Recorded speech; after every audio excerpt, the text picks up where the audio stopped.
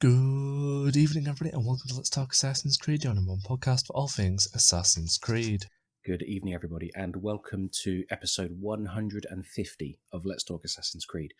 We have a special guest on the show tonight. Let's introduce him first, and we've got a couple of notices to go over before we get into the conversation. So, Andy of AndyReloads fame, welcome. Thank you, gentlemen. I just want to say big congratulations on the big 150, and I feel very honoured to be here in such great company and so close to Christmas. So thank you both. I'm very much looking forward to talking about everything Assassin's Creed this evening. I think we've got a lot to talk about. So yeah, but I think James, you've got some few things to cover. I think you just said. Yes. So after nearly 2 years of avoiding it, I have caught COVID. And I am mostly fine. I've noticed two main side effects. Well, three. Very, very dry throat. So if I end up coughing, I may just go on mute for half an hour. I'm very, very tired. So I may fall asleep, in which case you guys just carry on. And I've actually forgotten what the third one was because my brain is turned to mush. Anyway, doesn't really matter. So yes, episode 150. Andy, great to have you back on the show. We had you as a guest, our first guest that went after I joined the show as a co-host. I even have the date in front of me. 16th of September 2021, when we talked about Avenge quests. Do you remember when you spiked up on everyone's Siege of Paris DLC and people were avenging you everywhere? It was great. Oh, God, yeah. Yeah, and we had a good conversation about that and just general good chat about Valhalla. That's right. I am well aware that I am saying the word a lot because my brain is definitely mush. Potatoes, yeah. Exactly. So what I'll do is I'll say one thing in terms of getting the conversation started. So on the show here, Declan's been hosting the show now for more than 3 years. And as we said, 150 episodes. Amazing.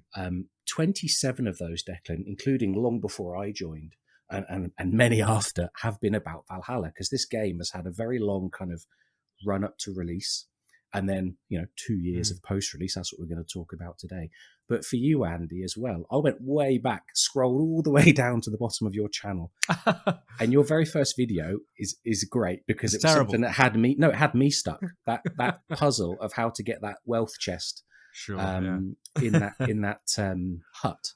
That's so right, yeah. What I have to ask, Andy, what was it that made you think, I'm going to put that on YouTube? And then it's exploded from there, your channel. James, it's such a great question, mate. I think when it actually comes to content creation, and we were just speaking about it before we went live in your big 150, I think when it comes to it, it's for me, it's always been in the back of my mind, and it's always trying to find the time to then kind of balance your real life work and everything else in between to then make that content. And I think at that time in my life, the first time I actually made a video, that one, I think it took like a week to make because I had absolutely no idea how to make a video. And, going back and watching that video, I would highly recommend you don't, by the way. It's embarrassing. But you definitely should. Never forget where you started. Yeah, that's true.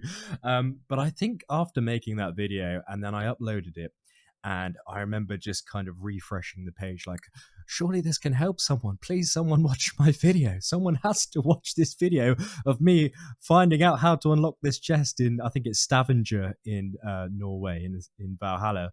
And I think it got 50 views in about 2 weeks, and I was over the moon about it. And I just got the whole process was super fun for me. And like I said, I think making videos has always been in the back of my mind since I was at university, then went through work and stuff, but I just never found the time. But then after doing that, it kind of snowballed from there, and I made worst video after worst video, terrible until you kind of figure out what you get some pretty brutal feedback from people, and you kind of try and tune it in and improve and get to the stage where you think that, hey, maybe some of the stuff that I am making people are enjoying, and you just kind of build on it from there. I don't know if you guys feel the same when it comes to your podcasts or whenever you get feedback. I'd be really, because I don't do podcasting, something I'd love to do regularly, but you guys are the pros. Is there something similar in that regard? Like you kind of try and improve every podcast as you go forward? Because that's what I do with videos, and that seems to have snowballed for me over the last couple of years. I think I could answer this, if that's okay, James. Please do, mate. I'm busy coughing, so you carry on. I've had a lot of feedback, but I've chose to ignore probably 90% of the feedback about changing the show, because feedback is always great for content creators. It helps us thrive, and I got feedback about going to editing, which is what I do now, Audacity, Zencast, all that is feedback from editing.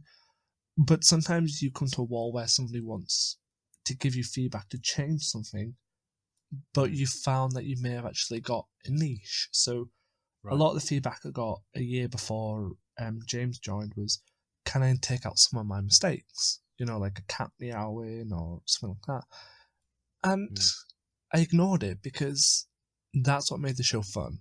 It was funny to have like a conversation with a friend and a cat starts meowing. It's like, that's unfiltered fun. You don't want to remove that. And somebody even once said to me, hi, can you do something about your voice? It's too soft. And I was like, oh no, don't do that. You've got a great voice, mate. Exactly. I was like, well, thank you for the feedback, but I'm going to have to ignore it because I don't have the money to go to a vocal coach to change my voice. Sure. I mean, I don't know how. I'm British. We British don't talk properly. No, exactly. You can't. It's like, oh, hey, man, can you change your voice? Let me think about that. It's going to be a no. Thanks for stopping by, though. Yeah, honestly. I don't know. I could do a show like this. Hello, everybody. This is the show. This is how I'll talk for the rest of the podcast. So, where are we going? I could do that. Mate, I'd be impressed if you'd be able to do the whole podcast like that. I couldn't. Trying to think what else I could do. I don't think I could do it. I'm not that good.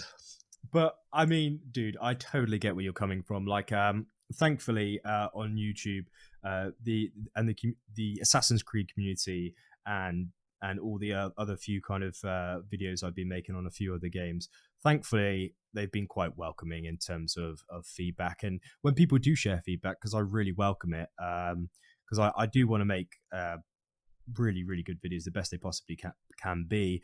You take it on board, but I think it's what you've just said there as well, Declan, is you've got to know to when to take some stuff on board and ignore the other stuff, like changing your voice. I mean, at the end of the day, you're not going to change your voice, so there's not much you can do about that. But there's some perhaps other things that maybe for me myself, when I hear it, I'm like, well, let's try that next time and see how it goes. And I think that's that process of ongoing and improving and tweaking going forward.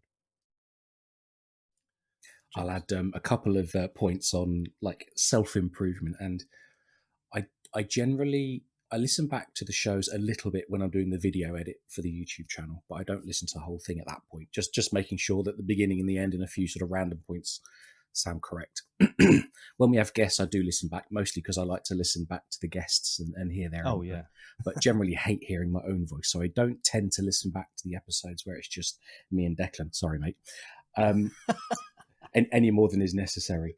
But I'll tell you one thing that I have tried to do slowly and steadily is just improve the audio. And it's such a tricky thing, isn't it? Because everyone thinks about the video, I guess, because people tend to think YouTube first. Yeah. And even now, I know that my audio isn't as good as some people that I listen to on YouTube and some podcasters I listen to, that they're probably much bigger shows with better equipment. But I think I've now reached a point where, at least in terms within reasonable expense and not making massive changes to my home office, I've probably reached a good balancing point of audio. And also, I keep telling myself, even now sitting here talking to you two, just sit still, James. You're the right distance away from the microphone. Don't move further back or forward, because that then messes up Declan's tweaks when he's doing the edits in Audacity. But I'll tell you, even now, like a year and 4 months later, even though we've done so many of these shows together, what is it, 60 shows or something? When Declan hits record, I still get the butterflies. And it still takes a few minutes to bleed off and really get into the flow of it, Absolutely, James. Absolutely. It's good that that happens though, because it shows you care and you want it to be as good as possible, and you want it to be well received, and you hope that people can join in the conversation and they Yeah. enjoy it. And because we're all here to talk about our passions and sharing that and have some good conversations about that. So it's good to get those butterflies. When I've worked super hard on perhaps like a long video, 15 minutes, or I've been making it after work, coming home and spending hours on it. When you press publish, you do hope. It's like, I really hope this video people enjoy it. I really do, really do hope that. And that's when you do kind of get that adrenaline rush, don't you? So that's a good thing, mate. That's a really good thing.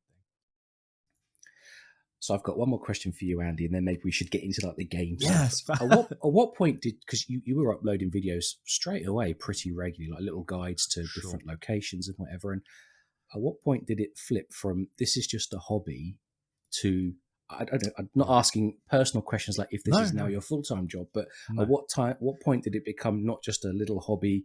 Did it become a major hobby? Sure, that's another really great question, mate. It's not my full-time job. I would love it to be. Hopefully this year, I'd love to announce that, but it's just not on the cards in terms of. I don't know about anyone else, but when it comes to gaming revenue on YouTube, it's a challenging aspect. Let me put that out there. I just don't think it's livable at the moment, to be honest with you. But when would it become quite serious, or when would it become more of a kind of more than a hobby? I think it is always staying as a hobby. It is still a hobby for me because I've still got a full-time job, got to pay the bills, etc. But I think for me, when it starts to become something potentially viable as something livable in the future, or when I kind of saw that, because if I'm honest, I didn't go into this making a YouTube video to kind of be like, wow, this is going to be livable income, or this is going to be a potential full-time job when you're starting. I just didn't do that. I just did it because it's something that I want to do. And that still remains with me right now. It is something that I want to do. I want to make the best possible videos for people to enjoy.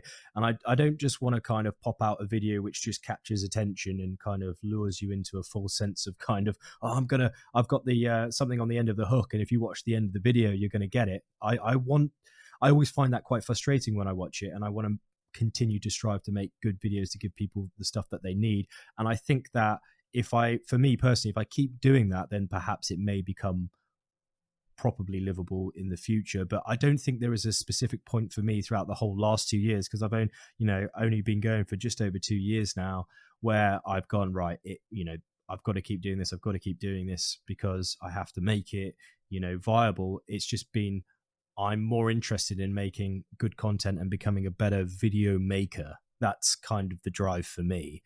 Like, I really just want to make awesome videos for people to enjoy. That is literally my goal, and learn new skills in the process, and talk to great people like yourself, and get involved in the community and share theories and just have fun doing that.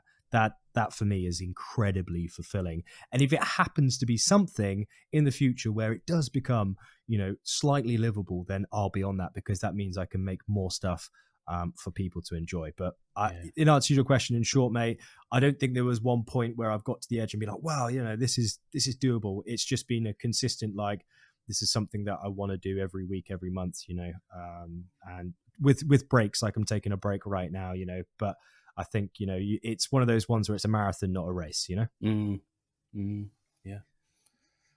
Understood. Well, shall we switch into game chat mode, gentlemen? Absolutely, yes. So I'll tell you what I was doing earlier through my foggy brain. I made a spreadsheet because I love spreadsheets, and I was trying to document all of the Valhalla post-release. And I haven't finished because I can't remember the name of one of the seasonal festivals that we had. So right. I'm actually going to ask you that in a minute. Sure, go ahead. And, let me just run down the list. I'll try and be brief. So we obviously had the main game was released 10th of November, and that had 2 pre-order bonus stories, Way of the Berserker, Legend of Beowulf. Yep. Then we had the festivals, Yule, Ostara, Oscaria, and there's a 4th one that I cannot remember the name of. Sigablot? Oh my God, there it is. And I tell you why I've forgotten. It's because I stopped playing them after the first one, because they just weren't interesting to me. And also I'd moved on to other games. We've had River Raids, Part 1 and Part 2. Yep. We then had Mastery Challenges, Part 1 and Part 2. Yep. Tombs of the Fallen, Part 1 and Part 2. Yes. What else? Then we had the sort of the big expansions. So Wrath of the Druids, Yes. Siege of Paris, Dawn of Ragnarok, Yep. Forgotten Saga, and then, of course, just released in the last few weeks, The Last Chapter. I think that's everything. I mean, that's not including like the daily and weekly quests, but Discovery Tour, of course, the historical. I enjoyed that. Yeah, me too, and it was quite a nice expansion in terms of there was actually a story and there was a character whose life you kind of followed. That was a really nice expansion on what they did with Odyssey, which again was a nice expansion on what they'd done with Origins. It was. So there has been a lot of post-release. And a question for you, Andy, because you've been making content, as we said, over the last couple of years of the life of this game. Was there certain bits of content that you made videos for, or that you discussed with your community, that really stood out as engaging or enjoyable or generated a lot of good chat? And likewise, were there bits of content when people were less impressed or less interested? Another great question, mate. And actually, when you've gone through all of that content, that has just kind of made me reflect that is a lot of content, to be fair. That is quite a lot of stuff for a live service game. And I think Valhalla is the first game that I've covered all the way through from the start to the end. That's how, as we discussed earlier, my first ever video was Valhalla, and all the other expansions, everything you've just discussed, I've kind of covered on the channel throughout the whole couple of years. So it was quite a bittersweet, even though I was looking forward to Valhalla ending, to be honest with you. It was a bittersweet moment when it was ended, because, that's 2 years of your life, really. But I think in answer to your question, James, directly, and what I'm kind of interpreting here is there a particular peak of popularity when it came to kind of around a certain video or a certain selection of videos in Valhalla that people found most interesting, and perhaps there was ones which weren't? Well, I think for videos on YouTube, I'm still learning how to make them myself, so you're always going to get a few that you think are going to do really well, but they just bomb and hit the deck, and then you're going to get a couple and you're going to get a couple. We don't talk about those. No, but they're often the ones the best learning, because perhaps you've done something wrong, or perhaps, well, not wrong, but maybe there's some learnings there to kind of perhaps not do that next time. But you're also going to have the kind of videos which do really well, and there's some videos that have done really well for me, but I'm still scratching my head as to why, because they took me an hour and a half to make, whereas another video which took me days to make is done a tenth of the views. So it's really hit and miss. But when it comes to kind of Assassin's Creed Valhalla in general, I think once covering the game from the start, I would say that first 6 months was pretty crazy, actually, because the quality of the videos, in my opinion, that I was putting out weren't very good. But some of those videos were surpassing videos to Dawn of Ragnarok ones, which were better made, had better stats on them, but they just weren't getting as many views. And that kind of makes sense, because people are less interested in perhaps this live service Assassin's Creed game with 25 expansions and 45 different festivals and updates and stuff like that. I think it's natural for that kind of people to just leave the game, after completing the base game and so on and so forth. But I do think, if I'm honest, I thought the Wrath of the Druids and the Siege of Paris were pretty good. And I thought that the Dawn of Ragnarok brought quite a lot of people back. When I say pretty good, by the way, I mean of interest. But I did find that the Dawn of Ragnarok expansion did pique a lot of people's interest. They did come back for that, to be honest with you. And there's parts of that expansion which I thought were like really, really quite good. But perhaps we'll talk about this later on in the podcast, about the storyline with the whole game, because it does become like a thick fog that you're trying to make your way through, and trying to kind of figure out and grasp and identify what the actual storyline is, to be honest with you. But I think, one thing I would say is about the Forgotten Saga. Excuse me, I'm coming off the back of a cold as well, so we both have brain fog. No, it's oh god, I've just got a chesty cough. But the one more thing I do want to say is the Forgotten Saga. I do think that I did a video with a few people who helped me on that when we kind of sped run through that to try and give people the best tips before they jumped in, and that's done 250,000 views. So I think people came back for that because I think it was free, to be honest with you, and that rogue aspect of coming back to life and trying over and over again. And there was some interesting mechanics in that expansion. I don't know if either of you two played. I'd love to hear your thoughts on it, but it was pretty good. All things considered, I thought it was good from the dev team because they were trying something new, and I always think that's a good thing, to be honest with you. But back at both of you, what for you was kind of like a high point of this whole game and perhaps a low point? What did you like? Maybe that's just the base game. And what didn't you like? Maybe that's the base game as well. Perhaps it's the expansions. Go on, Declan. I have thoughts, but I'll go later. I'm going to cough for a bit. So the only thing I have a low point on is Dawn of Ragnarok. Like, I praise the dev teams for what they did for Dawn of Ragnarok. I think the world, the building, the mechanics, the gameplay itself, the whole loop was fantastic. Story was probably subpar, but then Forgotten Saga contradicts Dawn of Ragnarok quite a lot. Yeah. So it clashes, and that clash, especially when you're building Norse mythology for Isu and you tie up something like, we're gonna challenge Dawn of Ragnarok, your instinct should have been Dawn of Ragnarok, battleground of the gods, an Isu civil war at the heart of everything. And the biggest pet peeve people have disagreed with me on, and I don't mind, is Sutra should never have been an Isu. I honestly believe, judging how stories are written, and as a person who's read books for over 15 years, Sutra should have been a personification of the Isu flare, because in the Prose Edda, he is stated to raise his fire sword to the heavens, cleanse the world in fire, and then 2 humans will walk out from the roots of Yggdrasil tree. To me, is that actually what the real Norse myth says? Yeah. So it actually says 2 humans will walk out of the fire, out of Ragnarok. Yeah, so essentially in Ragnarok, it connects so obviously to the Adam and Eve from bloody AC2's hidden videos, you know. Well, this is where things get murky. I'm really sorry. I know people hate mythology, but just hear me out. When you look at it closely, and you have Loki leading the enemy against the Aesir, which is Odin, Harvey, and everyone, and there's that civil war aspect. It's the Muspelheim giants versus the Aesir. That's a civil war aspect right there.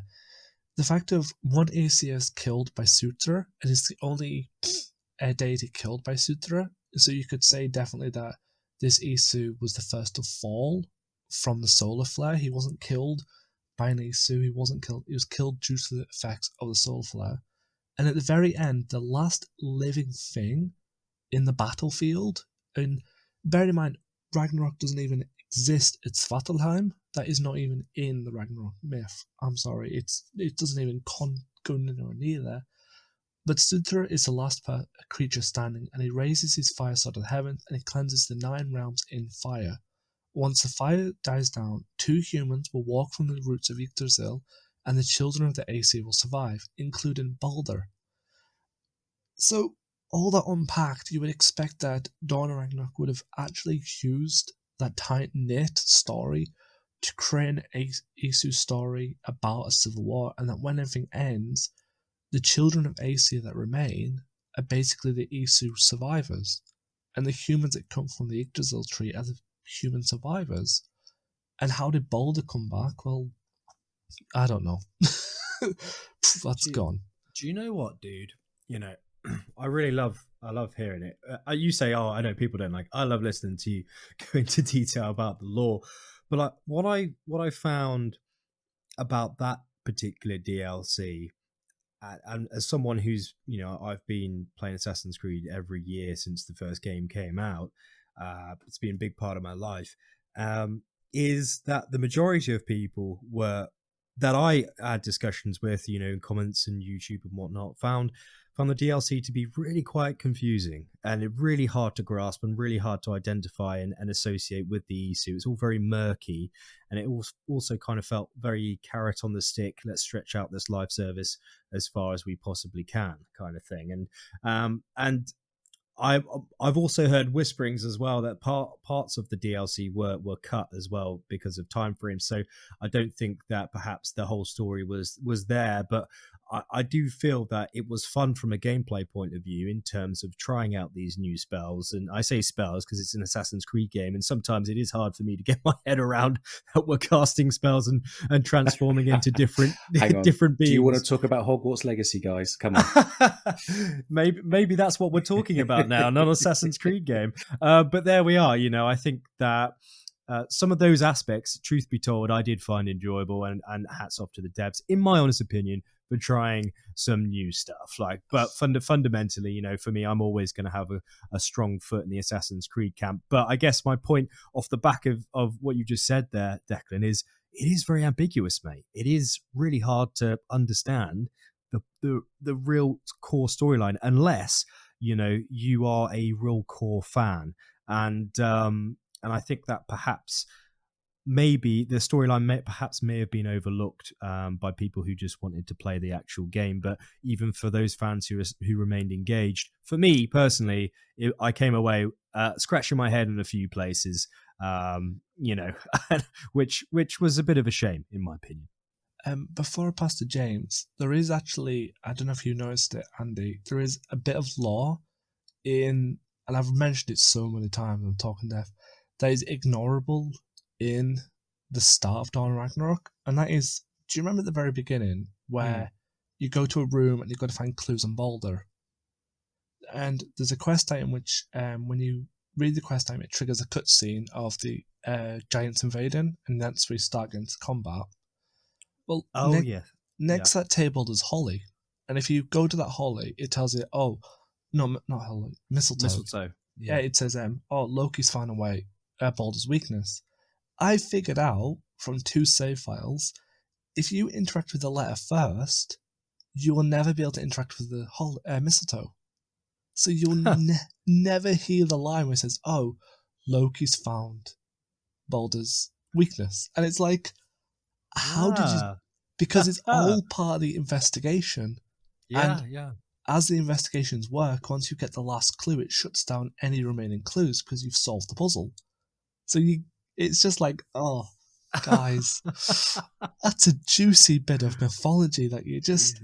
because it shows that the Isu could have had common weaknesses. Right. So it's like, anyways, I'll pass to James. I don't have any such in-depth insights because I'll just say very briefly, I haven't played Dawn of Ragnarok. No problem. And I've played Forgotten Saga for about an hour, and I don't like the whole roguelike concept. Right. Now, this is a me issue, not a game dev issue. Just to be clear, this is me, right? Because I hate it when my character dies in games. I get very attached to whoever I'm playing as, and when they die, I get really angry. So the fact that there is a game and of course I understand the story. I watched Access the Animus and whatever. Right? Oh, me too. I understand that the whole point is you die because that's how the story's been built, and therefore it's fine. But a couple of things, it just annoys me when I die. I see it as a personal failure. And I was just, oh God, I'm going to sound like such a nitpicky gamer. I'm going to such a nitpicky gamer. Here we go.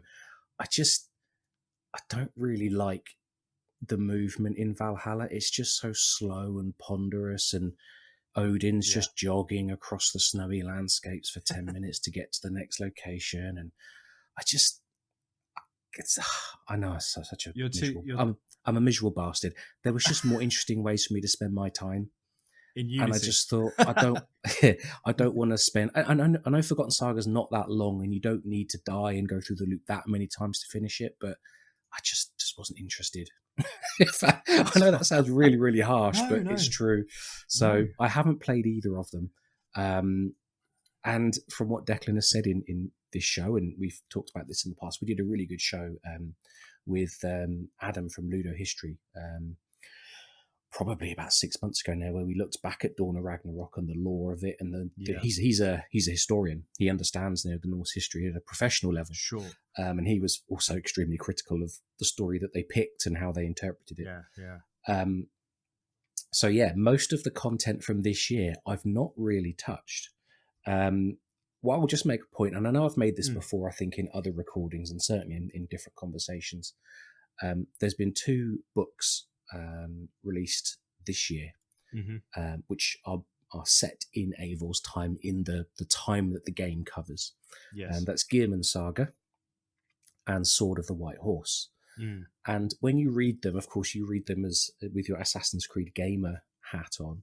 Yeah. They're actually quite nicely paced out. You can see in your head, okay, this chapter, this is a stealth section, this is a melee section, this is an investigation section. They would have been really good playable stories. Yeah. And because they'd have been side stories for side characters, so Gearman's Saga covers Gearman and I think his brother. I actually can't remember that much. And Sword of the White Horse covers a story about a character called Neve, and there's a little bit of Hytham and Valka in there as well. Yeah. Because those 2 books cover side characters and they go off in different locations at different parts of England, they'd have made really nice kind of expansions for people who like the gameplay without touching on Eivor, and I'm sure we're going to get to that and her story and kind of general lack of progress in her story. Sure. So I think if people are listening and they enjoyed Valhalla, or if they want to expand that world of Valhalla that the game created, those 2 books I definitely recommend. They were both really good to read and really well written, good stories. And there are a few sort of, cameos of Eivor and others that also sort of connect them to the story of the main game. I'll just mention, so we talked about like the big expansion, so Wrath of the Druids and Siege of Paris. As standalone kind of stories, I enjoyed both of them. They're probably 15 hours or so of time. Yeah. Ireland was really beautiful. They definitely captured that emerald green, of the land. Definitely. Francia was again had its own sort of very clear blue skies, lots of fields of poppies. It was again a really beautiful place to explore. Both the stories are pretty decent. I probably enjoyed Siege of Paris' story a bit more because the characters were a bit more interesting. Yeah.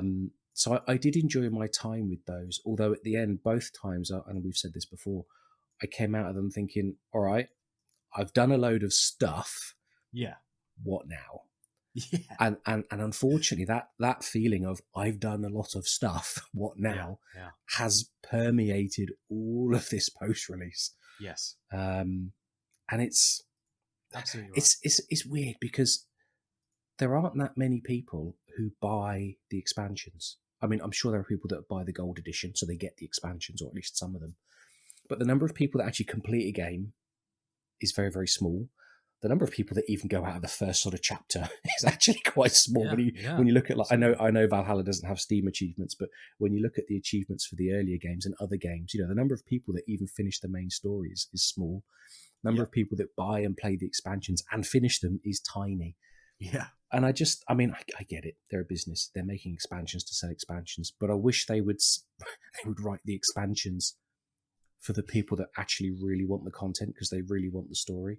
And therefore, the story progresses. Anyway, that's my gripe. Go on, Declan. You got your hand up, mate. So I have a question about content. I've not really asked much, but I thought I'd ask you too for your opinion. But first of all, the first part: how versed are you guys on MMOs? Never played one. Andy? Sorry, my push was yes, mate. I'm quite well versed. Yeah. What are you thinking? Good. So, should Valhalla's post content have adopted a MMO type approach that every season you get an epilogue content? Doesn't have to be long, could even just be a cutscene. So eventually, over 2 years, every season brings an epilogue, and over 2 years, you are getting a story of every new season. So River Raids could have had its own connected story, but there would have been what's next for Eivor, like a cutscene. So sure, you could have had, let's say, an hour cutscene of Eivor just doing Ravensfort things after she's been crowned the Jarl, and then next season it's her, reminiscent on the events of Ireland and Francia. And then, should they have done that type of MMO approach where every season is more story instead of just going, hey, here's a DLC, it does not connect to the story. here's side content, they do not connect to the story. Last minute, here is the last chapter. Because, in my opinion, what the last chapter did wasn't bad. It's a time issue, because there's so many threads that Darby and his team had to finish. You can't finish them all. And I think people's expectations of that last chapter were way too high. They wanted everything answered, and you can't, because Valhalla is so big. It's gone for 2 years. I think that's a really interesting point you've raised there, dude. In terms of kind of perhaps adding something narratively at the end of these DLCs or extra content, which somehow, even if it's 20 seconds, links back into the main story in some way. Because I do agree with you. I felt like after I've done some of these DLCs, you either wake up from your dream and then just, oh, back in Ravensthorpe. That was a good dream. Okay, then time to log out and not come back on until the next update. Or perhaps you do like an expansion in Siege of Paris, or you run through druids, and it'd be like, oh, my cousin's here, and it's like, oh, that's great to see you. Blah blah blah. Okay, well, I'm heading back to Ravensthorpe now, so bye. So perhaps you're right. Maybe there needs to be perhaps a more thorough. Perhaps thorough. I keep saying perhaps, but maybe thorough is not the right word. But something in terms of a cutscene that does link back to the main content to make it more fluid as a story. But I think fundamentally, those expansions aren't designed to kind of push forward the main story in a massive way. I think they, James, as you quite rightly say, mate, it's a business. They want to sell some DLCs. They want some new armor packs in there. How many people really care about the storyline after the main base game? Not too many, probably. So let's just double down and sell a really cool time period event as the DLC, and maybe we'll pop in a few lines there of recording to perhaps link it back to the main story, but that'll be that. And I think the DLCs, certainly in Valhalla, that was the main kind of goal, really. We've got a live service game for 2 years. What can we do? How many DLCs? And how are we going to end it? Now, in the last chapter there, Declan, me personally, and I'm happy to say this, I was not a fan of how the game ended. And I do think that you're right. It does come back to kind of managing your own expectations. But for me personally, I wasn't expecting a crazy amount to end the game. However, what I would say is that Ubisoft certainly advertised that quite thoroughly and hyped up the end of the game, which I imagine that they would want to bring the people back into Valhalla. But I do think that the amount of stuff that they kind of popped out there in terms of teasers and the publicity that they were giving it, that I was expecting something substantial. And I feel, for me, myself, that I did manage my own expectations. But when I finished it, I felt disappointed. And I did feel that it could have ended in a more, what would be the right word to say? Ending in a more satisfactory way. Because at the end of the day, for me, it's a big live service game. There's a lot of stories being told. Of course, you're not going to finish and wrap up every single story, but I would like to finish with some finality and not have a carrot on the stick kind of moment again. Like, oh, how long have you got? Let me tell you about all. It's like, okay, that's just how I felt. And this is why, like, in my opinion, the MMO approach would have been better, because with all the ambiguity that's left with the last chapter, I understand it, and I think for me, I still have a few questions, and I don't nitpick at it because I think it's great to give us the last chapter. My biggest priority was, imagine if that last chapter was spread over 2 years. Over 2 years, you got little snippets that link to the last chapter. So at the very end, and they say, hey, this is the final chapter, there'll be no more moments for a carrot on a stick. And whatever ending they push towards, you would have had a conclusion because you wouldn't have known where it's going. Like, spoiler, but the Haytham chat, you could have done that, I'm going to say, let's say, 6 months after launch, for example. That could have been good to put that cutscene in, and you could talk, and you could have had like a little mission of helping him with a recruit.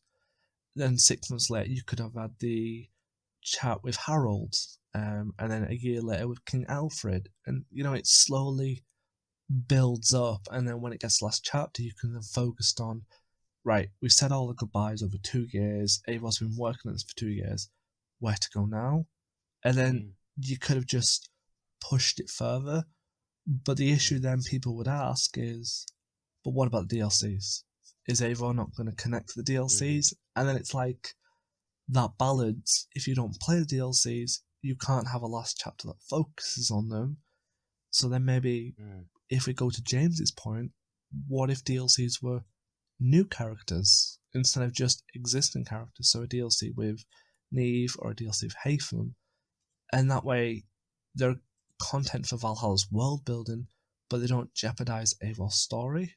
Yeah, if that makes sense. Sure. Sorry, James, you got your hand up, mate.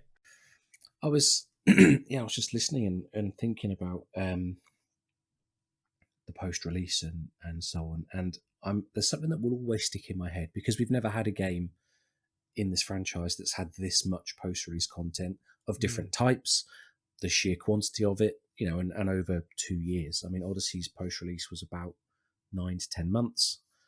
Origins, I actually don't know, because I played that long after release, but again, that was two expansions basically, and that was it. Yeah. Odyssey was 2 expansions, a couple of what they called the Lost Tales, so little short playable stories. And then I think Discovery Tour was the last. Well, okay, Odyssey actually has a big asterisk because of the Corfu story that was added last Christmas. That's a very good point. Yeah. And I have to say, that expansion, that conclusion to Cassandra's story, both was a joy to play, and it was a great conclusion to her story. Sure. And I went into the last chapter with the wrong, as in inflated expectations, because I thought maybe we would get something of that magnitude, quality right? and length. Yes, magnitude. And both, and but how to describe it? I wish I'd studied like literature or something at school. Valhalla's last chapter, we see Eivor in Norway talking to Odin or Havi or whatever the hell he's called about the solar flare. Okay, fine. We close it there. Cassandra's, we see her sort of saying, right, I'm going to travel the world now. I know what my mission is. But there was just something about how Cassandra's story was concluded. Maybe it was just more cinematic. Maybe it's the way the cutscene was. Maybe it was just a little bit longer, so the characters had a bit more time to discuss this. Just something about it. Whereas, neither of them concluded her story, because of course Cassandra's story carries on for a long time. But they just felt like such a satisfying conclusion. Now, I was going to make another point, and my foggy brain. Oh, that was it. Right. So, with all of this post-release discussion, and there's been many different types of post-release. There's been small, free content, and there's been big, paid-for content. I will always think back to, I think it was about February this year. And, periodically they would put out a roadmap slide. Well, I say slide, image, this is what's coming out this month, next month, whatever. Yeah. And I'm thinking back to about February this year. And they put out the roadmap, and there was 2 entries on it. And one of them was for something that had already been released, and the other one was for one of the festivals. And it was so bare bones. And it just planted this seed in my head. And of course, we will never know. We're on the outside. And I do know that this content takes months, if not more than a year to make. I mean, Darby wrote the last chapter at the beginning of this year, 11, 12 months ago. Sure. I would assume Dawn of Ragnarok, Forgotten Saga probably took 9 to 12 months, if not longer, to make. So I know that these things are not done on a whim. Okay, guys, what are we doing for the next 3 months? Let's make Dawn of Ragnarok. I know that. But between me knowing how long this content takes to make and seeing that kind of roadmap snapshot that was so bare, I just felt like it gave me the impression that at times there was no plan. Sure. And I don't suppose that really matters, but if you're trying to plot a consistent story and a consistent experience, there should be a plan, and they should know what's coming out this month, next month. Okay, big major release next quarter, next major release later on in the year. And when you look back at Origins and Odyssey, which had really clearly documented, really concise post-release, and then you look at this, it just creates the feeling of lack of clarity. Now, maybe on the inside, everything was clear, and there was, there was a project plan, and everyone knew what they were doing, and there was a release plan. And maybe it was just a failure of communication, but it often felt like, and then of course we play the content that doesn't advance the story, it often felt like there was either plans were changing fast, or there was, to use a phrase that some of our listeners might know, there was a lot of throwing shit at the wall to see what would stick. I don't know. That's just a feeling that I will always have. And maybe one day more information will come out and I'll be wrong, and that's fine. I don't mind being wrong. But I just, it often felt like everything was unclear. Let me put it like that. Sure. You know what? I think you've raised a really interesting point there, and I completely agree with you. As someone, throughout the last couple of years making content on Valhalla, you kind of become in sync with when things should be released or when announcements actually appear. Yes. It's very odd, actually, that you then know when the community managers have scheduled in their posts before they even happen. It's quite an unusual feeling, to be honest with you, because you're usually like, right, okay, we usually get the patch notes on Monday, and they usually announce a roadmap on perhaps the Friday or Thursday, depending upon what's going out earlier in that week. We'll get an update on Tuesday, and maybe the festival will be on Thursday. So you always kind of, like, when you're covering these things, know when stuff's about to drop. Now, I would say as soon as Valhalla started going into the second year, with perhaps the now confirmed Mirage game becoming its own standalone game, that was originally planned to actually be its own DLC in Valhalla. So I think there was a lot of internal moving about with a lot of their assets, and also there was a huge amount of stuff talked about online in videos about another crossover with Aminet and Aya and all this kind of stuff, Origins and what have you, but that never came to fruition. So, I think there was just a huge amount of things going on internally, as well as a lot of people resigning. So I think that kind of, for me, made sense that the communication wasn't great, but also that is the job of the community developers, in my opinion, and absolutely no hate towards them at all or anything like that. But I found myself someone who covers content on this game as much as I possibly can. There would be months. I'm so sorry, I've just accidentally hit the microphone. That's so unprofessional, and I wasn't muted. Sorry, Andy, you were talking about community developers. Don't be daft, mate. This is what makes these podcasts great. I love it. Just some dudes just talking about a game, but I punched the microphone accidentally. Yeah, I'm really sorry. Carry on, mate. Damn it, Andy. Yeah, no worries. But I do think that having a better communication with the community would actually go a very long way. And what I mean by that is perhaps a couple of tweets from community developers saying, hey, we know you guys are thought, on your 5-week cycle, we'd have an update out right now. It is coming, just bear with us. It's an easy tweet like that, to be honest. And I feel that wasn't actually made at all across the whole of the live service game.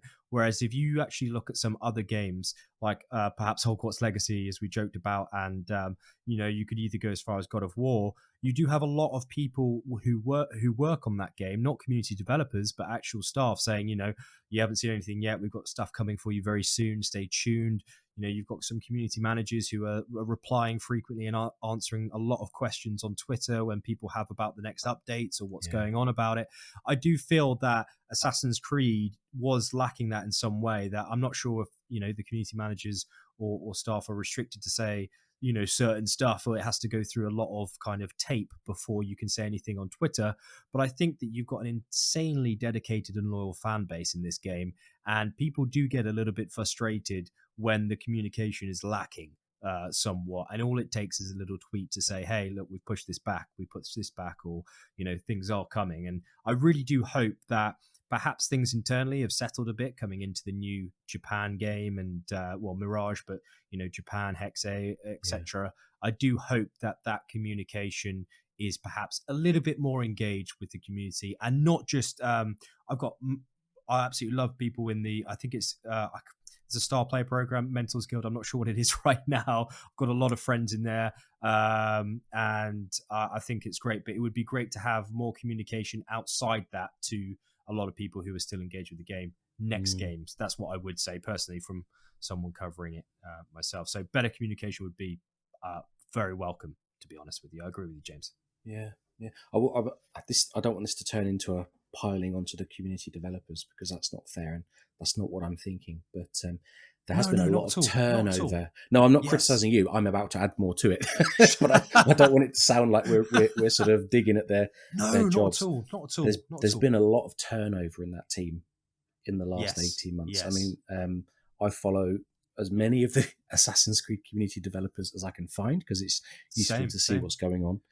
And there have been many long-term members of that team who've gone. There have been new people joined, and some of the new ones have only been enrolled for a few months, and then they've left the team. And I one day, Declan, we must get some of them on the show to learn more about what they do, because I think that would be a very useful conversation for us, for learning, and for them as well.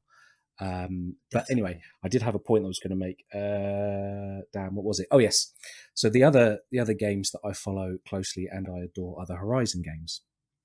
Yes, and great games. I have to say that their community team, they are gold standard in terms of community updates. They do a lot, of course, on Twitter and whatever. I also use Reddit a lot, and they are very active on the Horizon subreddit.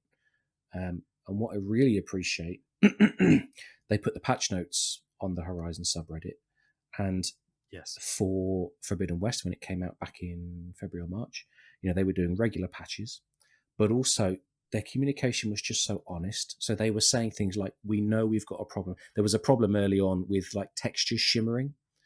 Not everyone saw it, but some people did. And they were so honest right from the start. We know we've got this problem. We're working on it. It's not easy to fix. That's great. We That's accept all you need that. to say. Exactly. And over time, over multiple patches, they fixed it. But also when people were coming into the comments saying, guys, what about this? What about this? They would respond and say, yep, it's on the list. It's on the backlog. Log it, or, okay, that's a new bug. Here's how you here's how you file a bug with us. Plus their community engagement in terms of representing their creators is tip top. So I do hope that the Assassin's Creed team can maybe, see what others are doing. Like you mentioned, the God of War team, Santa Monica Studios, I would assume. The Guerrilla team looking after Horizon, gold standard in terms of. I mean, it must be hard. Jesus Christ, we all know Assassin's Creed fans can be a miserable bunch. Well, putting out something that's very honest, that says, okay, this patch has been delayed, or this DLC, we need another week to fix bugs. That's obviously going to get piled on with. It's always the negative people that are really vocal. But most people will just say, no worries, take your time.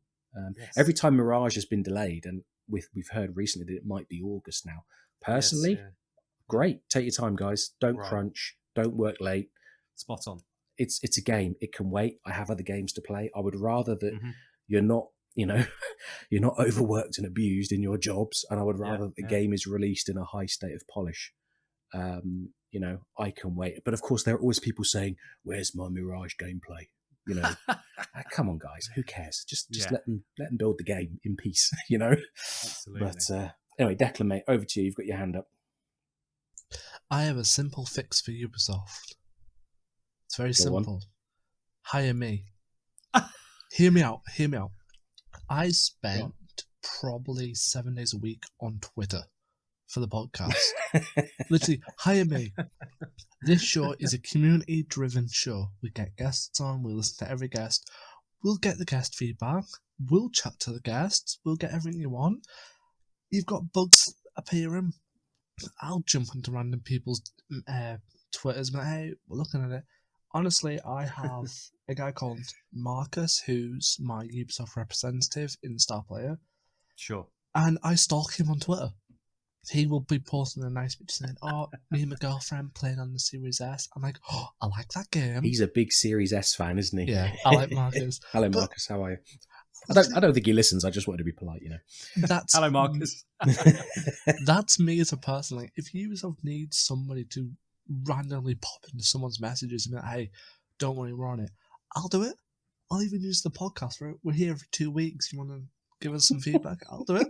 You want to turn this podcast into a tech support podcast? Oh my god, man! No, I but more like, have done IT tech support in previous lives for many years, and I'm not sure you know what you're letting yourself in for. I think it's more the case of like they don't exist, but I would love a job where I can just engage with the Assassin's Creed community. Yeah, I and think, just chat with the community and get paid for it. I think that's a part of community development. To be honest with you, I think in short, like knowing some community managers in the Assassin's Creed community and I've spoken to a lot of them previously, like they are really nice and great people. They are. I think we can all agree on that. Yeah. But I do think that with the live service game and a big title, it would be great to have more engagement, not just through the main Assassin's Creed Twitter account, because I imagine that all has to be vetted and what have you. Yeah. But I think, you both make some good points about like more engagement. I think that's what we need.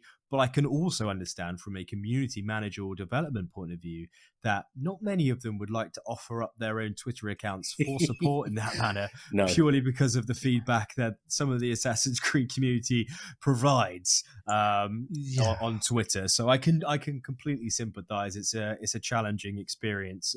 But I also agree with you, James.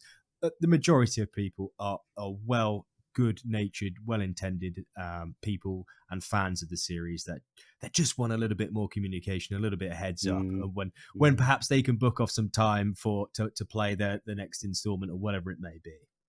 Do you know, that's funny. Just want to say very quickly, funny you mentioned that. So last chapter, it was trailed at the AC15 event in, was that September or October? I can't even remember. Anyway, it doesn't matter. My brain, man, it's turned to absolute fog. And the fact, like you said earlier, Andy, it was kind of given top billing as like the big final send-off for this kind of epic 2-year saga, which I think that contributed to my my expectations being raised and then perhaps not quite met. Anyway, sure. Shit, where was I going with this point? I've totally forgotten my train of thought. So, community. Go on. Community management, like communications. What the hell? Like, oh my god, I've gone blank. Declan, just take over, mate. COVID brain. COVID brain. Yeah. No Quick, worries, mate. Super Declan. A point I want to make is it's a very simple point, and I'm not trying to cover anything up. I think I will praise, and it's because I'm dodgy, but hear me out, the lack of communication on the aspect of Assassin's Creed has never done a live service title, and I actually don't think the Ubisoft team is trained on how to handle communication through a live service title, because when you have a single player title, the communication is a basic patch notes, feedback, that's it. But with live service, and I'm speaking as a guy who's been playing a game called Magic the Gathering Puzzle Quest for 2 years, and I talked to the devs, and I know actually where they're coming from. Every time a new update comes out with live service, it breaks something, because unlike a single player title where everything's a constant single entity, live service have got to keep adding on and adding on and adding on. And when you keep piling stuff on, you break stuff by accident, and it's not intentional. Like with Puzzle Quest, because it's a Magic the Gathering, they'll add new cards in, and everyone's like, "Oh, devs are terrible. This card's crushed the game." And the devs are always kind of, it's not we broke it on purpose. It's just the game's so big, we're adding new details. And I literally just think with the Ubisoft team, they don't know how to handle that. Like, oh, this bug's now appeared again and it was fixed. They can't really say, oh, yeah, we're aware of it. How many times did the Eivor spawns into the game drunk bug reappear? Oh, God. It was those are the days. It's hilarious. And I really think the Ubisoft team couldn't really be like, oh, yeah, we're going to fix it. Because to them, it's like, right, it was the bug causing an interaction because of river raids. Was it an interaction from the abilities we added with the mastery chest, mastery system? Is it a bug to do with the abilities we added in Dawn of the Ragnarok? So it's just kind of one of the things that I think Ubisoft wanted to do a live service game. Great. Yeah. But you didn't understand the complexity of a live service game in such a huge title. If you do free to play, complexity is a little different because they're smaller. But when you do a Yeah. big open world RPG and you do live service, the complexity is through the roof. That's true. It's true, mate. And, that's why it's not any hate or any bad criticism towards the team in that regard. It's a massive undertaking to make a game such as this with, so many people involved. And, I'm not here to kind of slate on the game either, because I'm not going to be one of those people who hate on the game after spending 2 years covering it. It doesn't make much sense to me. I wouldn't cover it. I wouldn't play it if I didn't enjoy it in some way, which of course I do. And perhaps there's something about me coming back to Assassin's Creed every year, which I just I love to hate to love to do. But in that regard, I do think that going forward, hopefully the water settles and we do get a clearer communication thread from, let's say, the dev team to the community. I think that would be really welcome. And of course, you're in the Star Players program. It's not just a heads up to you guys as well, but perhaps to the wider community, like we were discussing earlier, just a couple tweets, just a couple heads up, engaging with the community a little bit more, managing expectations, because I do feel that the community, and I've done this myself as well, likes to get carried away a little bit. And that's great for the game. That really is great for the game. But I also think that it could be destructive for the game as well if those things are left perhaps unanswered or unclarified, if that kind of makes sense. And I think that's when community engagement does come and play a really prominent role, because then you can kind of, answer those questions and people aren't going to get frustrated and they're not going to spam your Twitter account repeatedly over the next 6 months until you finally give them an answer. So I think that's important. Actually, on that, we used. I think, James, did you say? What was it? What did you mention on Twitter about earlier about not New Game Plus? It was something else. I'm not sure. But you can always tell on the main Twitter account in Assassin's Creed, you'll have the usual suspects replying on that. Where's this? Where's that? What's going on with this? All it would take. Okay, if you want to close that down, in my opinion, and you're just gonna have to roll with the punches. You can ignore it if you want, but that's just it, the noise is going to become deafening, as it has been. Yeah. Just to come out and say, really sorry, it's not happening. If someone was to go through that thread on the main Assassin's Creed account and just stamp some of that stuff out swiftly, I think that would just, you're going to rip off the plaster. It's going to hurt initially, but it's better than doing it slowly over the course of 12 months, in my honest opinion. Oh, I mean, are you talking specifically about the New Game Plus topic? Oh, just everything. Because I remember the one that was just made me laugh in the end was, and we're going back to the spring. When did Origins get its 60 FPS patch? Because you're asking me, mate. It had been kind of leaked or rumored, hadn't it? Yeah. And then every single message, July, I think. Yeah, for about 3 or 4 months, every message from anyone at Ubisoft on any forum, any social media site was, "Where's my Origin 60 FPS? Come on, where's 60 FPS?" Yeah, and then it was, "Where's my New Game Plus?" Now it's "Where's Mirage gameplay?" Where's Mirage? Oh, jeez, just give it a rest. Go and play something else. I know. Let's be honest, right? Has any of you watched Jurassic Park? Yes, absolutely, many times. Right, on VHS. Old school. Have you watched any of the new ones with Chris Pratt? Yes, I have. Right. Think of this. Dealing with this Assassin's Creed community sometimes, and from experience of how much trolls I face from just playing simple posts like, "I think Eivor is one of the best characters." It's like that moment where Chris Pratt is holding his hands up to 2 raptors and backing them off. Oh, yeah. That is what the community can be like. And I love the community. And I think there is a handful of people that are phenomenal that I could just stick in a room and chat all day. But I would love the community just to hold their own expectations back a little. Yeah. It's a game. It takes time. It's a game.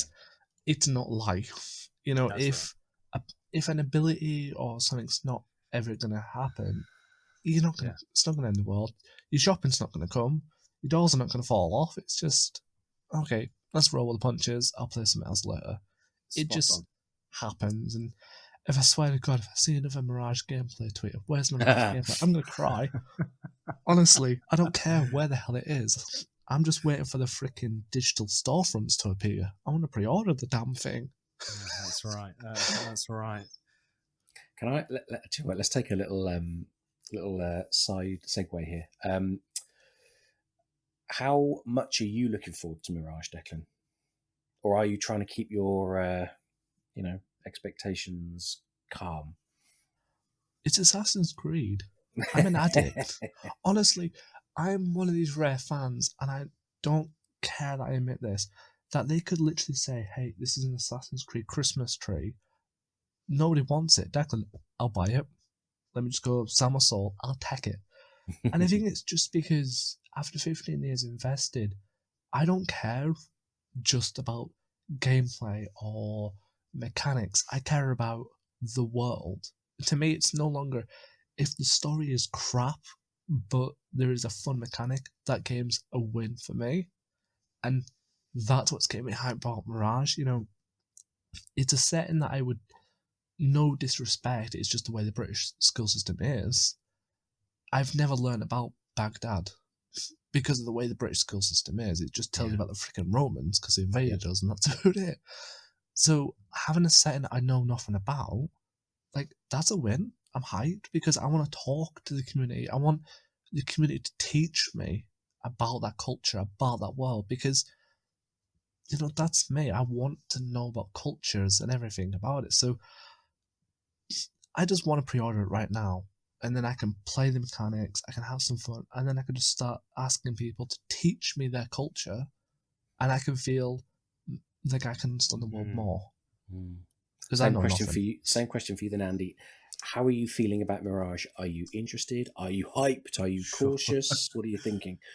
Another great question, mate. And this actually leads on to what we just discussed about kind of tempering our own expectations and about Assassin's Creed being a game. And, you know, it's one of those games which I've fallen in love with throughout growing up, to be honest with you. And I will always play the next Assassin's Creed game, and it could be terrible, but I will always play it. You know, it's just one of those things for me. Gotcha. You know, it really is. But what I would say, growing up on kind of the old school series, I've certainly got one foot in that camp, and I do love those type of games. I truly do. But I'm also quite open-minded about the, you know, open world RPG aspect that they've certainly gone down. I've got a foot in both camps, and I hope they come together and merge that quite well in future games. But as for Mirage, I'm looking forward to it. I think it's an attempt by Bordeaux to really try and create a modern next gen game. I say next gen, but you know what I mean. With a lot of the old mechanics from the older games, which brought a lot of people to the franchise, and they've certainly looking, or by the sounds of it, are adding some new ideas to that. But it's firmly placed in you are an assassin and you are leveling up, and I do get real big Brotherhood vibes from that. It's one of my favorite, if not my favorite game. And I'm really, really excited about that. But there's also, I'm not, you know, I know, and I do have to accept there's a lot of people who do actually prefer the RPG open world and the fantasy aspect of these games. You know, they really do. Let's be honest with ourselves. And in actual fact, you know, they will continue to buy them because of that, and that's okay. But I do hope that with this particular game, and it's why I remain optimistic, is that we do get some real fluid, nice parkour. You know, perhaps it's too much to ask for the kind of Unity that we like, but I am encouraged. I am optimistic about it. My expectations are managed, but I'm looking forward to the story that is told, and I do hope that the gameplay is an Assassin's game. I feel like we've had 2 years of a non-Assassin's Viking simulator game, which was fun. You know, it's enjoyable, but I hope we get a really gritty, blending into crowds kind of stealth game. And I'm terrible with stealth, by the way, but you know, I pretend to be good, and I really do hope that I hope it's good. But yes, in short, optimistic, looking forward to it, mate. I would say. Yeah. How about you? I am tempering my expectations. Because, and that's partly because I pre-ordered Valhalla, and I think ultimately I was disappointed by it. And as I have learned over the last 2.5 years or so, Ubisoft stuff's on sale quite often. And, you know, I paid, what was it, 80, 90 pounds for the gold edition. And if I'd have waited a month, I could have probably got it for half price or something. Anyway. Oh, yes. So there's definitely that at the back of my mind. It'll be interesting if Declan gets like early access through the Star Players program, but let's see what happens with that one. Sort us out, Declan. At some point next year, Declan, do put in a good word for us. But I suppose my concern is that obviously they're doing a lot in terms of the imagery to call back AC1, like the new wallpaper that was shared a few days ago, and it's fantastic, and I love seeing that kind of imagery.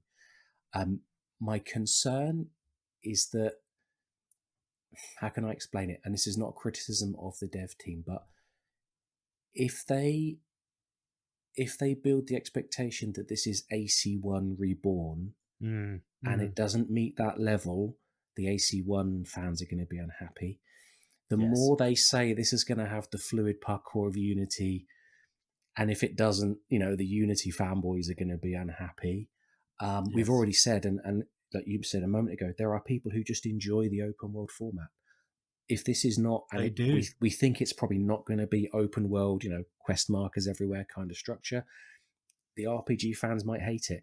I think Ubisoft have got themselves into a position where they just simply cannot please every part of the fan base.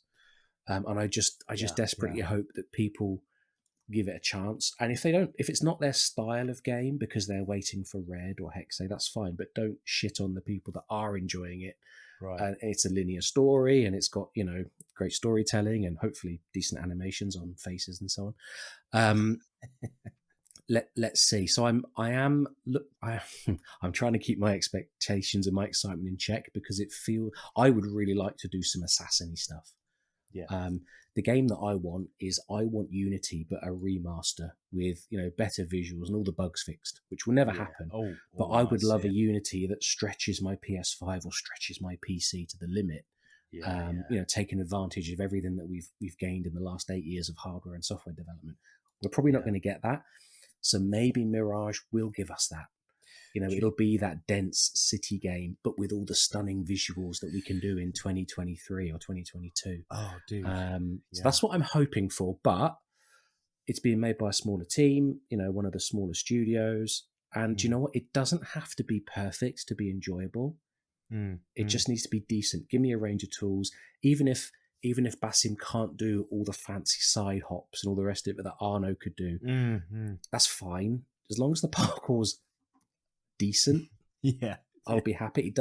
They don't need to hit every note. And I just worry that perhaps they're building it up to the point that they are going to deliver that kind of that game where the clouds part and the sunbeams shine down on all of us, and the angels sing out from heaven. And I don't know, maybe they will hit that, right? Apparently it's been delayed till August, which is another 3 or 4 months. Maybe they will hit that. Maybe it'll be that just that perfect point of everything they've learned from the earlier games, everything they've learned from the newer games, all the graphical stuff that you can do with the newer hardware. Who knows? But I'm trying to keep myself calm, and I won't be pre-ordering because that would just give into the hype even more. And we'll see what happens. I just on that point, mate, which I think you raise, perfect on topic points, which I can definitely align myself completely with. But I do feel that with this particular game, it's one of those ones where it is an Assassin's game. It's an Assassin's Creed game, and I wouldn't say I was concerned, but if it doesn't do well, and you've got there's this all set of when I say well, what I mean is sell well, and you've got this plethora of other RPG open world games which have pulled in $1 billion+, then it's a business at the end of the day, isn't it? We know that Ubisoft will focus on that when it comes to it, shareholders as it were, which I completely understand. It's not a criticism, but I guess if you've got assets and a lot of dev work going into a game that perhaps doesn't perform as well as perhaps an open world RPG game, then which one are you going to reassign assets to? Now, obviously, I don't think you can say that AC Mirage and Valhalla are directly comparable. They're a lot shorter in size, and the gameplay is drastically different. But I do think that it will be very interesting to see how well this is received from a financial point of view, but also from a kind of community point of view. I also feel that a lot of people, there is a big shouty minority for the old school games, which I don't mind at all, because, I really enjoy them. I grew up and loved them, but I'm not sure if that's entirely reflective of what, let's say, people perhaps want, or casual gamers, which I think Ubisoft certainly try and target, because they're the ones who play the base game and call it a day, but they're still buying the full version of the game and perhaps aren't, fully invested in the Assassin's Creed universe as perhaps we are. But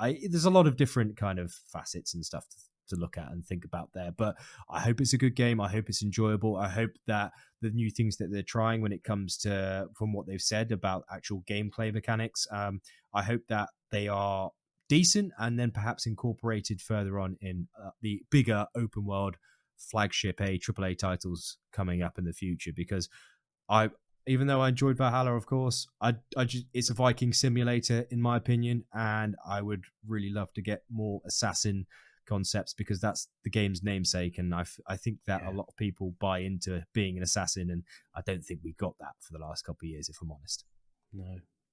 It's funny because over the last 3 games, I enjoyed my time as a Magi.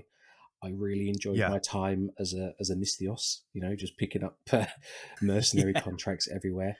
That's right. There's just something about the Viking, what's the right word? The Viking fantasy or the Viking simulator. It didn't connect for me, but I know I'm in a minority because 20 million people have played this game. So, I hear you, man. I am also, I still fire up the older games periodically. I did some Unity co-op the other week, and it's just a joy to go back into that dense city. Yes. And use your ranged stealth weapons and your smoke bombs, and parkour in through a window and stab the target and rob the chest and all the rest of it. So I am looking forward to a bit more of that. But anyway, Declan, over to you, mate. I like how I may be one of the very few fans that's in the camp of, if it's old school, I'm addicted to it. If it's RPG, I'm addicted to it. Yeah, if it's a top-down roguelike 2D multiplayer, I'm addicted to it. Hey, don't give them ideas. I don't care. So I have one last question before we wrap up, and it's for Andy. And James knew I was going to shoehorn this in somehow. Ooh, what's this? Go on, man. Go ahead, so, let's go. What are you most hyped for? Mirage? Oh, here we go. I know where this is going. Or Hogwarts? Come on. Man, that is such a fantastic question. I'll tell you what. I'm going to give you my honest opinion. I'll tell you why. I'm more excited right now for Hogwarts Legacy. The reason why I'm excited is because I've seen actual gameplay of that game, and I know what to expect. I know what I'm expecting. Right? I know how spells are cast. I know some of these really cool animations of mounts and flying and exploration. I've seen some menus of the game. I understand the general gist of the game. The game's also coming out in February, so that's a couple months away. So I'm more hyped about that because it feels closer and I've seen something. So I'm able to kind of get a bit excited about being immersed in that game. I'm excited about Mirage for everything we've just discussed. And I'm obviously, a big Assassin's Creed fan, just like you guys. But I haven't seen anything about it apart from, from the presentation and, dev interviews, etc. Nice cinematic, which was cool. But what else? What have we got? We've got nothing. And we've got a rumored release date of perhaps towards the end of the year, which I think is accurate. So I don't think we're going to see anything of Mirage in the next couple of months, to be honest with you. I would love to see it sooner. I just don't think that's on the cards. So in answer to your question, it's Hogwarts all the way for me right now, mate. But I wish it was AC Mirage. I think for me, Hogwarts only beats Mirage on the basis that it's something new. Just the fact of it's never been done before. It's completely nothing to do with Harry Potter. Yep. Except for the lore and the world building, so that doesn't count. So it has nothing to do with Harry Potter, has nothing to do with the movies, and it's never been done before. The fact of, I'm not going to call it a Harry Potter game. I call it a Wizarding World game.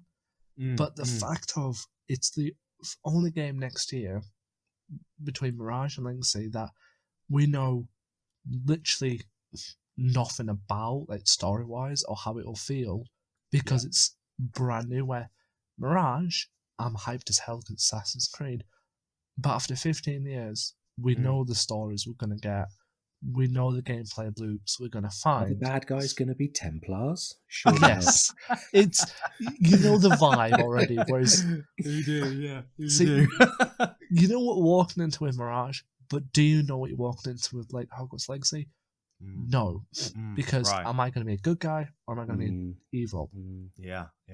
Exactly. That's a really good point. Are the Slytherins going to be good guys? Are the Gryffindors, Ravenclaws, Hufflepuffs are they going to be the baddies? I totally get it, man. There's a lot of like twists that they've put into that kind of pre-release already.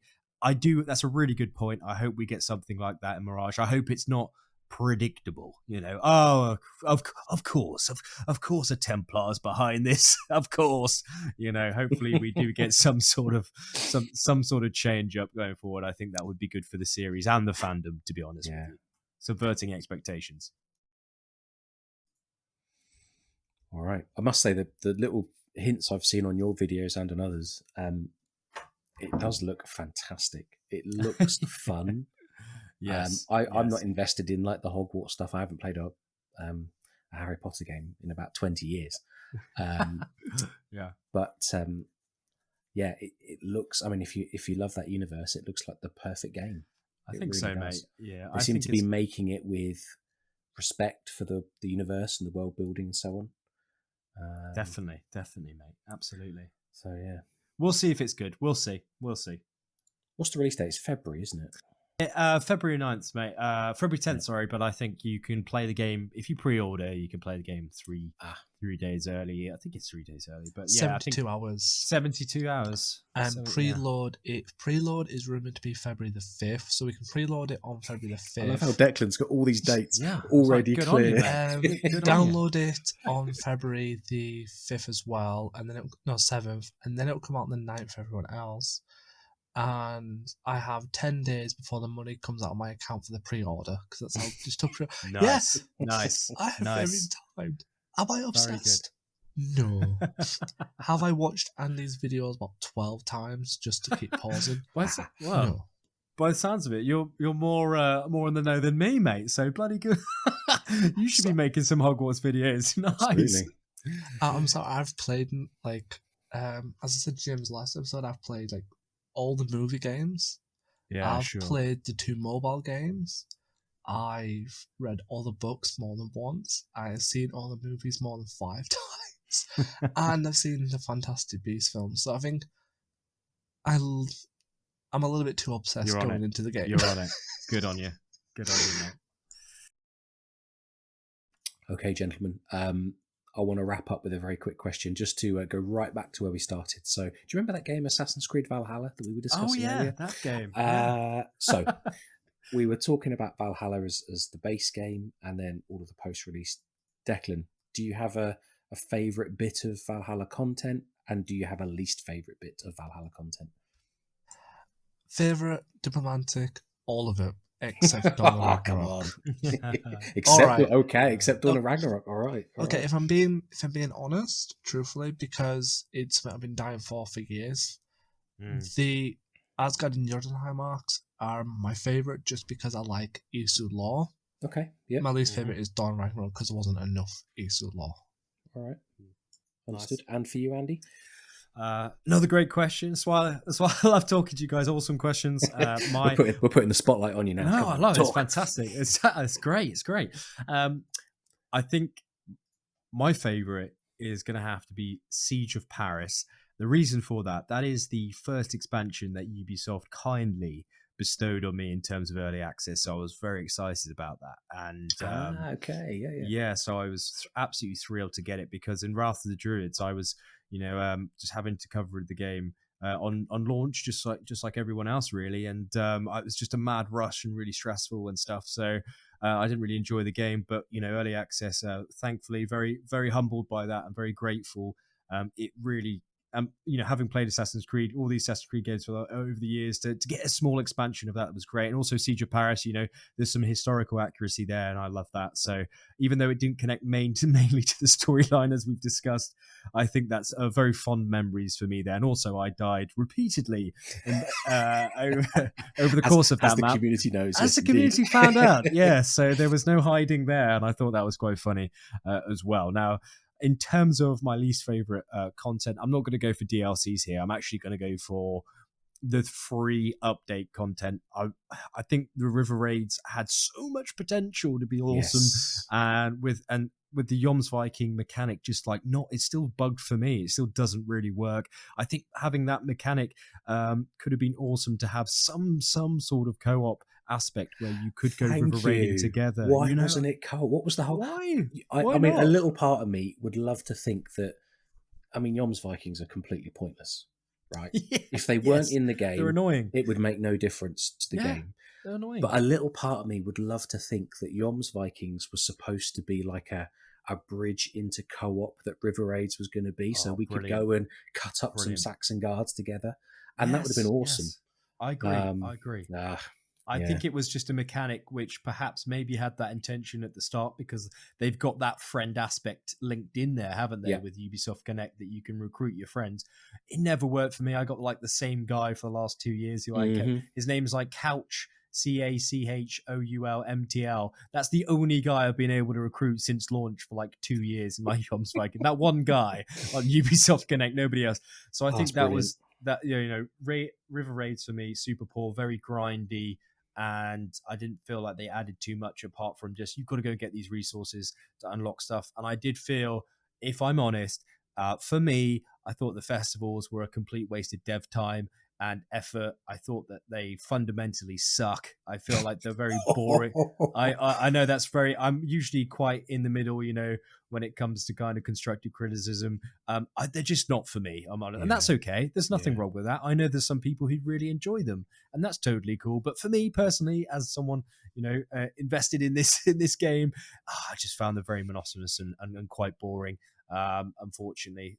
So it was, yeah, and maybe perhaps that's I've got a quite strong unbiased view there. Perhaps because I've had to cover them twice, and it's the same thing. Good so maybe point. that's the case. Yeah, but there we go. So for me, in short, Siege of Paris was my favorite, early access and historical accuracy to a point. And then also my least favorite was River Raids mechanic. I thought that was pretty poor and grindy, and the festivals were quite repetitive. All right. How about you, dude? I'm going to say my favourite first, which was Tombs of the Fallen. I just really enjoyed the puzzle aspect of it. Again, just going back to our point earlier about planning, there was a very long gap between part 1 and part 2, and I just wonder if that was intentional or not. But anyway, that's by the by now. I really enjoyed them. It just felt like classic, like Ezio's Tombs and all the rest of it, from the early games. Least favorite, I mean, River Raids. I never finished the first river because what's the point? Obviously, they're there for people who like the combat or for collectors, and there are absolutely people out there who like to collect all the gear sets, and that's fine. I'm not I don't think badly about those people, because we all play for different reasons, and if you like collecting the gear and knowing that you've got everything, that's the content for you. For me, boring. And unfortunately, I'm going to mention something that I'm surprised neither of you have mentioned, maybe because you've forgotten about it. Mastery challenges. Oh my god, yes. I never finished them. I never even got bronze on all of them because... Oh my god, yes. Maybe I suck. Absolutely fair. Maybe I'm just not very good. But they were so hard at times, but also you felt like the game's AI and different detection systems were actively working against you. So I never finished them. And I got gold in the first ones, which of course probably everyone did because that was the introductory one. It was designed to be easy. And I thought, this is quite hard, but I'm enjoying it. And then it got a lot harder. And I just gave up because I thought, what am I doing here? So yeah, mastery challenges, not quite a good idea, I actually think, but not with a game in this state. Yes, absolutely. Which I know is quite harsh. I'm really sorry, but yeah, there we are. But Tombs of the Fallen, I really enjoyed. just on that, sorry, Declan, just to jump in the back of James very quickly there. I completely forgot about that. You're completely right. And I actually, the stealth bugs in those, oh my days. I remember playing on the Xbox for them and just very nearly destroying my controller. Yes. Purely because the AI saw me through 3 rock walls and ruined my run. So yes, absolutely right, mate. Yeah, that was very frustrating. So perhaps I will change my...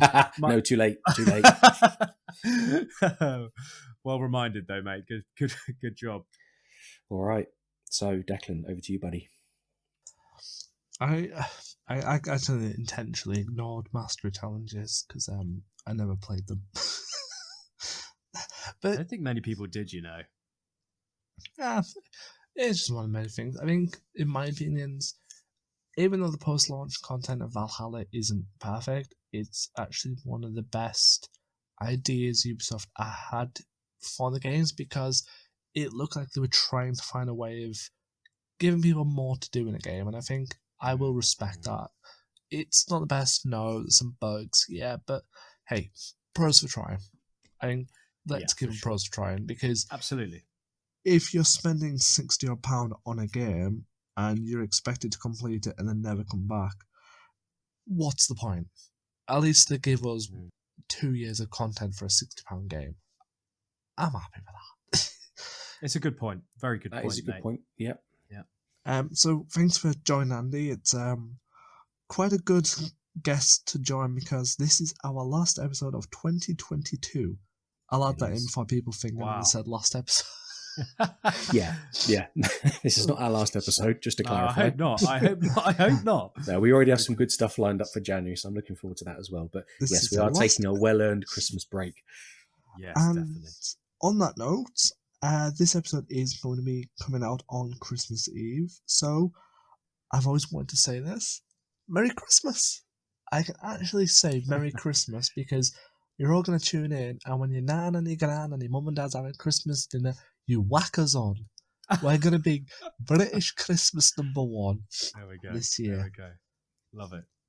I think will be a good accompaniment to that Christmas Day or Boxing Day walk. Exactly. What a great idea. Yes, absolutely. An even better idea, when you're sat down and you hand your child, your brother, your cousin, his very first Assassin's Creed game, you can turn us on and you can listen to us waffle on and you can be immersed in that game as you pick it up. We will guide you through Assassin's Creed on Christmas Day. Like reindeers. So I hope it's all... Sorry, mate, go on. I was too late. Lost my tongue. That's it. Well, on that front then, just before we close off, I just want to thank both of you for continuing to bring the community some awesome content to discuss. I always love listening, and all the guests that you bring on are absolutely terrific and awesome. Big congratulations on the big 150. Thank you very, very much. I'm very, very humbled, very grateful for you guys to invite me over onto your fantastic podcast before the end of the year. Thank you so much. It's always a pleasure. It's never a chore. And I'm looking forward to tuning in. And hopefully, I hope you do invite me back when we get some new stuff in the future. Do you know what I'm thinking? When, let's say, end of February, Declan, I feel like, and I will have nothing to contribute, but we should do a Hogwarts Legacy episode. Yeah. Now, obviously, most of our audience, I don't know actually, some people won't be interested, but we should also do stuff that we enjoy. And you guys are Hogwarts nerds, so let's do that. Well, I'm always about, so you guys just let me know. It'd be an absolute pleasure. Mate. But thank you again, both of you, and Merry Christmas, everyone's listening, and Merry Christmas to you guys as well. On that point about Hogwarts Legacy, quick thing, James was spoiled the surprise I was going to ask Andy next week. Xbox has Discord voice chat. It's very magical. I haven't tested it. But Andy, if you are interested, I'm going to be streaming Hogwarts Legacy when I can. Discord voice chat. Me and you. Mate. Sign me up. Look, honestly, you guys send me a DM. I will be there. No deal. There we go, people. We'll have normal content and we'll have a live stream on Hogwarts Legacy where you'll get to spend an hour of me running around as a wizard, sheltering the woods, You're a wizard, Declan. You're a wizard. You're a wizard, Andy. Oh, dream come true, that.